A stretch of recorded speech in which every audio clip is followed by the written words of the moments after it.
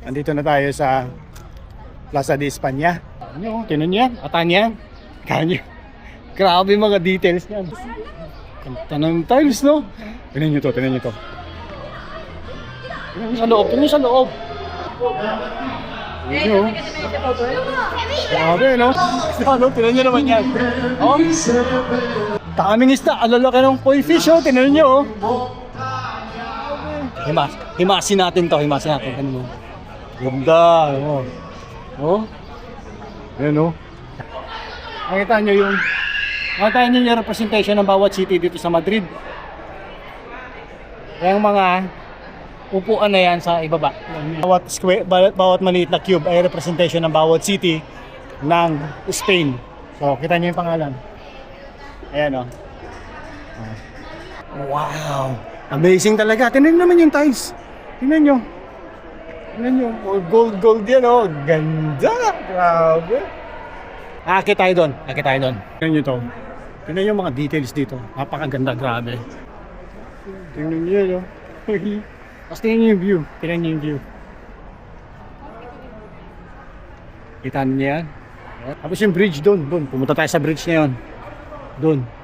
Yan, pumuntahan natin yan, ha. Libreng flamenco show dito sa Plaza de España. Alam nyo ba kung gaano kamahal manood yan? 30 euro. Tama naman. Yan, oh. Ganda ng detalye ng mga ceiling. Ito, tingnan nyo to, ha. Ganda, diba? Para lang din ako nasa Venice, eh. Para kayo nasa Venice, pero maliit ka lang. Tingnan mo naman, ang ganda. Tsaka tingnan mo to. Ito mga detalye na yan. Ganda. Mas tingnan nyo yun.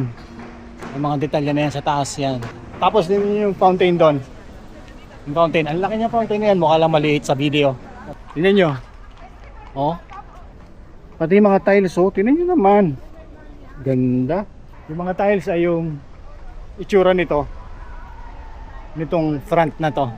Yung ibang area ay park. At ito na yung pinaka main part.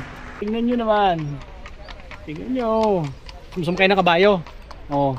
Kabayo, meron din, no? Tingnan nyo to. Ano? Alicante. Napakaganda ng pagkakagawa ng art. Tile art. Yan, oh. Tingnan nyo. Mula dyan, hanggang dun sa dulo dun, bawat isang ganyan, isang upuan blocks ay nagre-represent ng bawat city ng Espanya. Napakaganda ng mga art, napakaganda ng mga details, napaka grandiose.